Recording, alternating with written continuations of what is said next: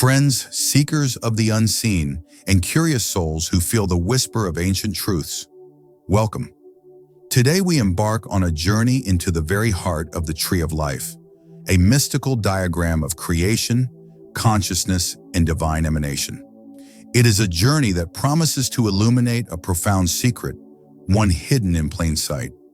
For centuries across traditions, mystics have spoken of ultimate knowledge, not merely as accumulated facts, but as a living, breathing realization. A knowing that transforms the very essence of who we are. On the Kabbalistic Tree of Life, 10 radiant spheres, the Sefirah, openly declare themselves, each a unique facet of the divine. Yet a powerful whisper persists through the ages. Do you have Daát? For on the Tree of Life, one Sefirah is hidden. This profound statement points to an unseen chamber, a veiled gateway to a different order of understanding. It is an 11th light, not counted among the 10, but woven through them all. Imagine a grand temple, its 10 visible pillars supporting the heavens. Each pillar is magnificent, essential. But within, there lies a hidden chamber, accessible only when the wisdom of the outer halls is not merely observed, but deeply, truly integrated. This chamber is Daát, the realm of knowledge that transcends mere intellect, the heart of genuine knowing. It is a concept that challenges our modern definitions of intelligence and wisdom. It invites us to look beyond the surface, to seek a deeper resonance within ourselves. As we unravel the enigma of Daát, we may find not just a forgotten piece of ancient wisdom, but a key to unlocking a more profound, integrated existence in our own lives. Part 2, Unveiling the Sefirah, Wisdom and Understanding. To truly grasp the essence of Daát, we must first briefly journey through the supernal Sefirah that precede it. At the very apex of the Tree of Life resides Keter, the crown, representing pure potential, the unimaginable divine will, beyond our comprehension. From this boundless source emerges the first flicker of manifestation, Chokhmah, wisdom. Imagine Chokhmah as the sudden flash of an idea, a lightning bolt of insight. It's pure, undifferentiated inspiration, the raw aha moment before any structure is applied. Think of the sudden, brilliant melody that springs into a composer's mind, or the initial groundbreaking concept for a revolutionary invention. It exists in its perfection, but without form or detail. Following Chokhmah and receiving its pure light is Binah, understanding. If Chokhmah is the flash, Binah is the elaborate unfolding, the deep comprehension. It's the process of taking that raw, brilliant melody and developing it into a symphony, or taking the revolutionary concept and meticulously planning its engineering and implementation. Binah takes the abstract, seminal point of Chokhmah and expands it, giving it form, logic, and depth. Binah is the great processor, the divine mother of form. She asks the questions, dissects the insight, and extrapolates its full implications. Without Binah, Chokhmah would remain a fleeting, unusable spark.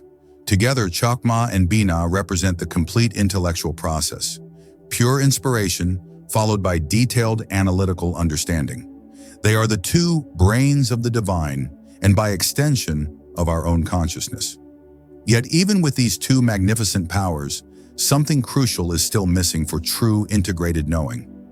This is where the enigma of Daát truly begins to reveal itself. It is the synthesis, the point of no return where the abstract becomes profoundly real. Part 3, the birth of Daát, beyond intellect.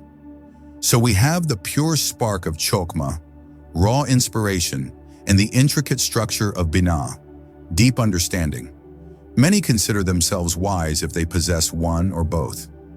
A brilliant inventor may have Chokhmah, a meticulous scientist, Binah. But the ancient texts whisper of something more profound, a state where these two become one, not just conceptually, but in living, tangible reality. This is the elusive and powerful emergence of Daát.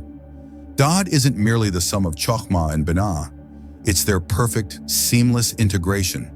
Imagine not just understanding the blueprint of a house, but knowing how it feels to walk through its halls, to live within its walls, to sense its very soul. It's the difference between knowing about love and experiencing it with every fiber of your being. Daát is the transformation of abstract knowledge into concrete, internalized truth. This is why Daát is considered the hidden Sefirah. It's not a separate, independent emanation, but rather the dynamic point of union, the very consciousness that arises when wisdom and understanding fully coalesce. It's the secret sauce that transmutes raw data into profound insight, theoretical concepts into actionable conviction. It's the moment the light of inspiration becomes fully illuminated through understanding, enabling true self-awareness and connection. Consider a master craftsperson. They don't just know the theory of their art, Binah, nor do they just receive sudden flashes of creative brilliance, Chokhmah. They have an intuitive, embodied knowledge, Daát, that allows their hand to move with precision, their eye to see the perfect form, and their spirit to infuse life into their creations. Their knowledge is not just in their mind, but in their very being. This integrated knowledge, this true Daát, acts as a bridge. It connects the supernal, abstract realms of divine thought to the lower, more manifest realms of emotion and action. It's the conduit through which divine wisdom descends into practical reality, making it utterly essential for purposeful living and spiritual growth. Part 4. Why hidden? The nature of integrated knowledge. The question inevitably arises. If Daát is so crucial, so pivotal, why is it considered hidden?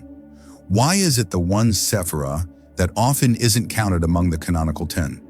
The answer lies in its very nature, which is distinct from the other emanations. The other Sefirot represent discrete attributes or stages of divine manifestation, a flash of wisdom, a flow of understanding, an act of compassion. Daát, however, is not a separate entity, but rather a state of perfect equilibrium and synthesis. It is the effect of Chokhmah and Binah, being fully aligned and integrated, rather than a cause in itself. Think of it like the clear, undisturbed surface of a pristine lake. You don't count the surface as a separate element when describing the lake's components: water, fish, reeds, rocks. Yet, it is the surface that perfectly reflects the sky above and contains the life below. It is the point of interaction, the manifestation of harmonious existence. Daát is that perfectly reflective and permeable surface of integrated knowledge. Furthermore, Daát is hidden because it represents a level of internalization that is not easily quantifiable or outwardly displayed. True Daát isn't about intellectual acrobatics or reciting facts. It's about a deep, intuitive knowing that pervades one's entire being. It's embodied wisdom. You can't point to it like a defined attribute because it's the quality of connection that brings other attributes to life. In a profound sense, Daát is hidden because it is you. When you truly integrate wisdom and understanding, that integrated knowledge becomes indistinguishable from your consciousness. It's not something you have in a separate compartment, it's something you are. It's the moment the student becomes the teaching, the seeker becomes the truth. This hidden nature also speaks to its spiritual potency. To acquire Daát is not to gain something external, but to undergo an internal transformation. It requires humility, introspection, and a willingness to transcend mere intellectualism to arrive at genuine, lived truth. It is the knowledge that manifests when your head and your heart beat as one. Part 5. The gift of Daát, knowing and being. The acquisition of Daát is not merely an intellectual achievement. It is a profound spiritual gift that transforms one's very existence. It is the bridge that connects the vast, abstract cosmos of divine wisdom to the concrete, personal reality of human experience. When you have Daát, it means your knowledge is no longer theoretical or fragmented. It is alive, integrated, and actionable. Consider a doctor who has memorized every medical textbook, Binah, and occasionally receives brilliant diagnostic insights, Chokhmah. But the doctor with Daát not only possesses this knowledge, they also embody a deep, intuitive understanding of the patient, sensing underlying issues, and connecting with a level of empathy that guides their every decision. Their knowledge isn't just in their head, it flows through their hands and heart, enabling true healing. This integrated knowing allows us to move beyond superficial understanding to a place of profound clarity and conviction. When faced with life's complexities, the individual with Daát doesn't just analyze problems, they perceive solutions born from a holistic comprehension of the situation. Their decisions are not based on fragmented logic, but on a deep, resonant truth that harmonizes intellect, emotion, and spirit. The ancient sages succinctly captured its essence. If you have acquired Daát, what do you lack? If you lack Daát, what do you have? This isn't hyperbole. It emphasizes that true integrated knowledge is the foundation of all genuine fulfillment and purpose. Without it, even an abundance of facts or fleeting insights will ultimately leave one feeling incomplete, disconnected, or lacking true direction. Daát, then, empowers us to live with authenticity and purpose. It aligns our internal landscape, our thoughts, feelings, and intentions, with the external reality we perceive, fostering a sense of harmony and inner peace. It transforms knowing into being, allowing us to not just understand the divine, but to live as a reflection of that understanding. Part 6. The Shadow of Daát. Knowledge without connection. While the light of Daát is transformative, its shadow can be equally potent and perhaps even more dangerous. Kabbalistic teachings warn of Daát shelo b'kedusha, knowledge that exists outside of holiness, or knowledge disconnected from its divine source and higher purpose. This is a critical distinction, especially in an age overflowing with information. Imagine a vast library filled with countless books.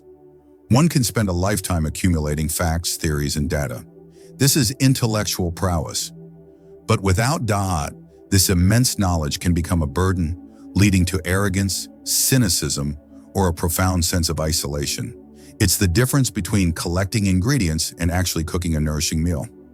Knowledge without Daát can manifest as intellectual arrogance, where one uses their understanding to dominate, belittle, or manipulate others.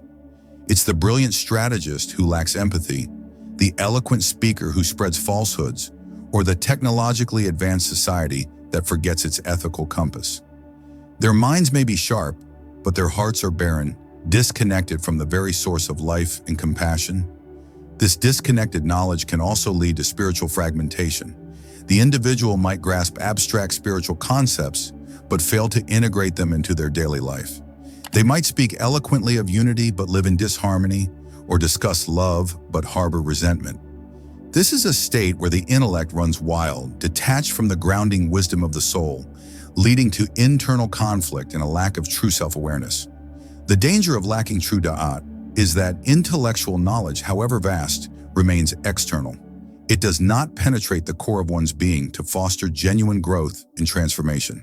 It's like owning a powerful car, but lacking the skill or intention to drive it purposefully. It can become a tool for destruction or simply remain a static, unused object. Ultimately, Daát shelo b'kedusha is knowledge without a heart, wisdom without humility, and understanding without connection to the greater good. It's the stark reminder that true enlightenment is not merely about what you know, but how that knowing transforms your actions and permeates your being. Part 7. Cultivating Daát. Bridging the gap. Given the profound power of Daát, both in its illuminated and shadowed forms, the crucial question becomes, how do we cultivate this integrated knowledge within ourselves? How do we bridge the gap between mere intellect and true embodied knowing? It's a journey, not a destination, requiring conscious effort and a shift in perspective. Firstly, conscious reflection and introspection are paramount. It's not enough to consume information, we must actively digest it. Take time to ponder, to journal, to meditate on what you've learned. Ask yourself, how does this information resonate with my experience? How does it change my perception of myself, others, or the world? This process helps to move knowledge from the external mind to the internal landscape of the soul. Secondly, the practice of humility is absolutely essential. True Daát cannot coexist with intellectual arrogance. Acknowledge the limits of your understanding. Be open to new perspectives, even those that challenge your preconceived notions. The greatest wisdom often begins with the admission, I do not know. This creates the fertile ground for true knowledge to take root and flourish. Thirdly, connecting knowledge with action is vital. Daát is not passive, It compels us to translate our understanding into meaningful deeds. If you learn about compassion, practice it. If you understand the importance of integrity, embody it in your daily interactions. This practical application solidifies theoretical knowledge, transforming it into lived wisdom. It makes the abstract concrete. Finally, and perhaps most importantly, cultivate a genuine connection to Source. Whether through prayer, meditation, nature walks, or simply moments of quiet contemplation, seek to align yourself with something greater than yourself. This spiritual grounding ensures that your knowledge is not shelo bikadusha, disconnected from its divine, benevolent origins. It ensures your intellect serves a higher purpose, imbued with love and wisdom. By consciously engaging in these practices, we begin to weave the threads of Chokhmah and Binah into the integrated tapestry of Daát. We transform ourselves from mere collectors of facts into living embodiments of wisdom, bringing light and purpose into every aspect of our lives. Part 8, Conclusion, the journey to wholeness. The journey to understanding and embodying Daát is, in essence, the journey to wholeness itself. It's about recognizing that true wisdom isn't just an accumulation of facts, but a profound integration of insight, understanding, and heartfelt connection. It is the very essence of becoming truly conscious, truly alive. The ancient question, "Do you have Daát?" is not a test of intellectual capacity, but a profound invitation to self-inquiry. It asks whether your knowledge serves to uplift and connect, or whether it remains fragmented and detached.